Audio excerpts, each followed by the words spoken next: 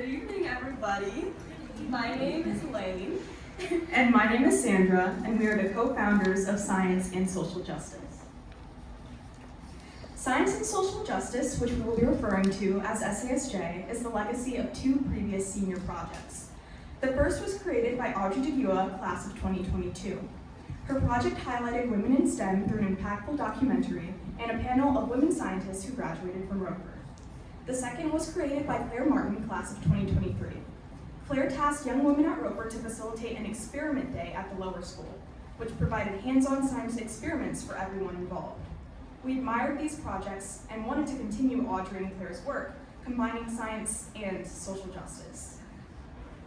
So while brainstorming the creation of SASJ, we knew we wanted to include the following. First, we wanted to engage in hands-on experiments for the lower schoolers. Next, we wanted to create informative and educational videos that highlighted social justice work done using science, as well as highlighting some inspiring figures. And lastly, we wanted upper school student collaboration and involvement in designing our lower school experiment days. To put things into perspective, in the end, 122 emails were exchanged, 54 lower school students participated, 18 upper school students collaborated, 3 exploration days were experienced, all executed by 2 women in STEM with 1 goal.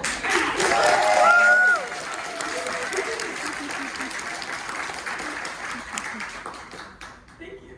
So, in the end, SCSJ became a club of 18 dedicated students. In the club, we created 3 committees, tasked with creating a curriculum centered around biology, chemistry, or physics. Students in the committees would research a specific theme within their assigned discipline of science. So biology focused on water, physics focused on energy, and chemistry focused on pH. With the help of Stage 4 science teacher Jen, these topics were synced with what the Stage 4 students were already learning about in their science class. So not only would committee members research the science, they would also find impactful people in the field to highlight, specifically those who are generally underrepresented in the field of science. Additionally, committees would design fun, hands-on experiments. So once their curriculum was created, we would synthesize their work into a comprehensive plan to give out to the club. This plan always began with a scientific explanation through a pre-recorded video created by the committee. After that, there was time for the hands-on experiment, and then we would end with a debrief and a discussion. Once upper school students were adequately prepared, the SASJ Club would travel to the lower school to share what we created with the Stage 4 students. So these are some photos from the very beginning of our project. So on the top there, that is Sandra and I at the Club Expo, which is basically when all students have a chance to join any clubs that they would like. So that's us trying to recruit some members. And then under that photo is our original sort of outline and schedule of what our club was going to look like, including all the days we were going to be meeting during lunches and all the days that we would be traveling to the lower school. And over here on your right, we have the tentative agenda that we initially created, sort of outlining all of our goals and how we plan to achieve those goals. Our first experiment day was centered around biology. For this day, we conducted 2 experiments with a focus on water. The first being a filtration experiment, and the second being a capillary action / chromatography experiment.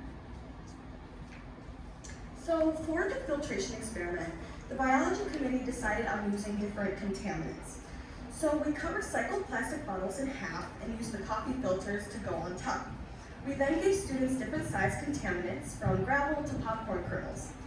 They put each contaminant in water and poured the water onto the coffee filter.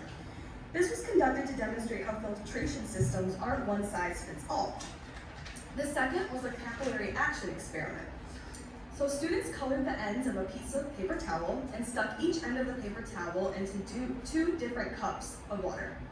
Through capillary action, the water and the dye traveled to the center of the paper towel, which created a rainbow effect. Before these experiments were conducted, as we discussed earlier, a video discussing water and its importance in the body made by the biology committee was played. This video went on to relate that importance to the significant harm created by the Flint water crisis. So after these experiments were conducted, we asked the Stage 4 students questions such as, how do you use water in your everyday life? Why might a water filter be important? Why is access to clean water necessary? Can you think of any other water-related issues in the world? Which communities were most affected by the Flint water crisis? How is this an example of systemic racism/discrimination? And what are some ways that you can make an impact in advocacy for clean water? Pictured here is the chromatography/capillary action experiment, and the students had a ton of fun creating traveling rainbows. They enjoyed it so much that many of them redid this experiment multiple times. Additionally, you can see that our SCSJ club members facilitated discussions and the experiments themselves.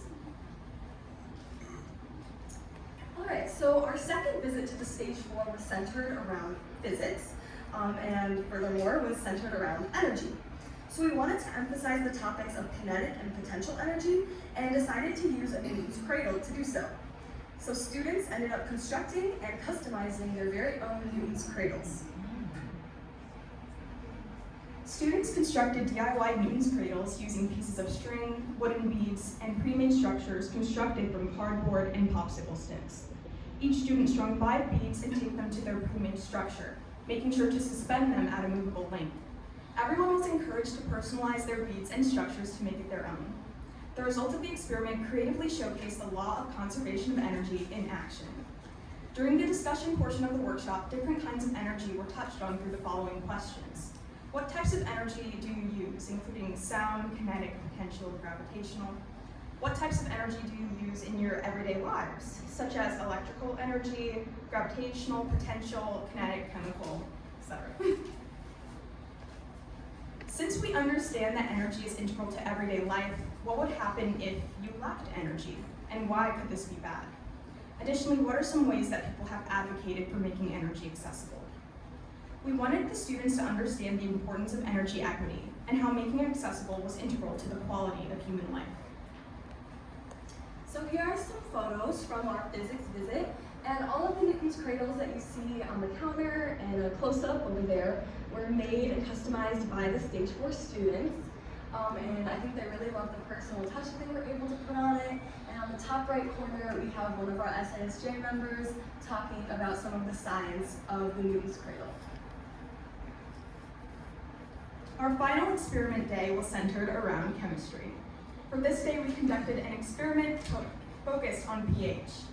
Through an engaging experiment, Stage 4 students were able to reveal hidden messages using invisible ink, water and baking soda, and an indicator, turmeric, and hand sanitizer. So turmeric contains a chemical called curcumin, which turns a deep red when it comes in contact with a basic solution. So we use this to our advantage in this experiment. When the turmeric came in contact with the water and baking soda solution, which is basic, the yellow color deepened to red and revealed the hidden message written by the students. Similarly to the biology visit, the chemistry committee made a video talking about how pH works scientifically and how natural dyes like turmeric can positively impact the environment around us. That video was played before the students engaged in the experiments to get their minds working, and after the experiments were conducted, we asked students questions such as, turmeric is an example of a natural dye, and dyes are used all around us. What are some examples of where dyes are used in your life? What other natural materials, like foods, plants, etc., can you use to make natural dyes? Some dyes can dissolve in water, whereas some dyes can't. What would happen if there was a dye sitting in large bodies of water, and how would this affect wildlife? Some dyes can even be toxic. How could toxic dye being in the water affect the people and animals that rely on that water? And finally, what are some ways that we can help keep our water clean? Here are some pictures from that experiment day, and this was by far my favorite experiment that we did. The students were very excited to reveal their hidden messages and were elated, so was I. All right, so after we did our 3 visits to the lower school, we had our culminating event of SCSJ, which was a field trip to the Michigan Science Center. So groups of upper schoolers explored the museum with groups of Stage 4 students, and we wanted a field trip that included some of our core goals for SCSJ, such as cross-campus collaboration and hands-on science exploration.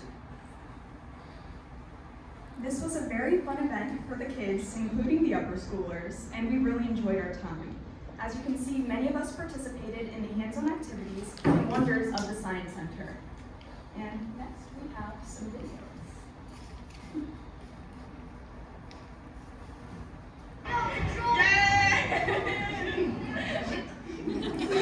I was hyping them up.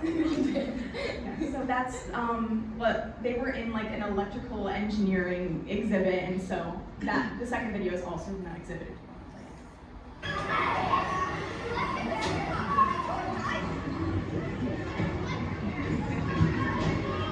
It got a little hectic, but the kids definitely enjoyed the turntable and the conveyor belt there. And then the last video. And that was actually created by the kids themselves. They were able to engineer structures.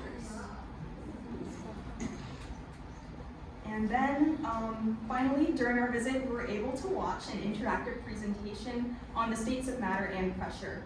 And based on this video, I think we can tell that our presenter's favorite state was gas.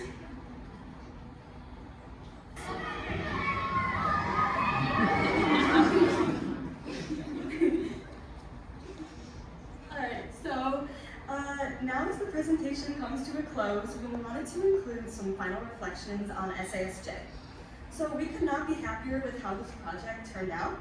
Through trial and error, collaboration, and commitment, we were able to impact and engage Stage 4 students with experiments in social justice, all using science. We'd like to give a huge thank you to our advisor, Barb, the Science and Social Justice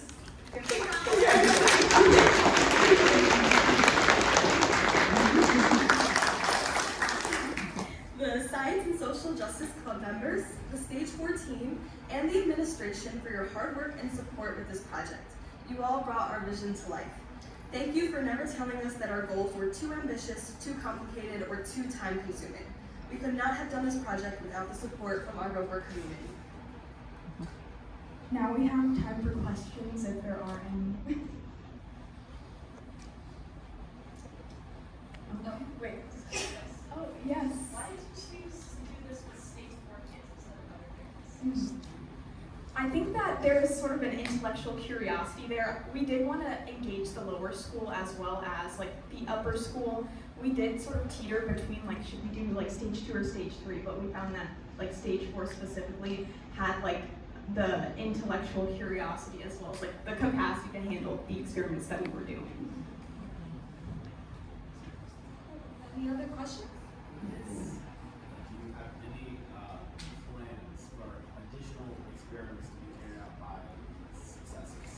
Yes, so we have been plotting on who could take the legacy of this project. So that's to come, but we do have some people in mind. Yes. Where are you guys going? Well, Tell us again. yes, I'm going to Harvard University this fall. And I will be studying history and science and African American studies. And I am going to the University of Michigan to major in biochemistry.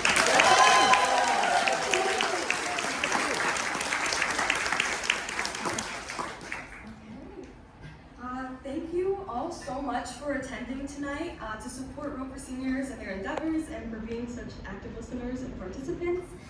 We would now like to invite Grace Adams to the podium. Thank you.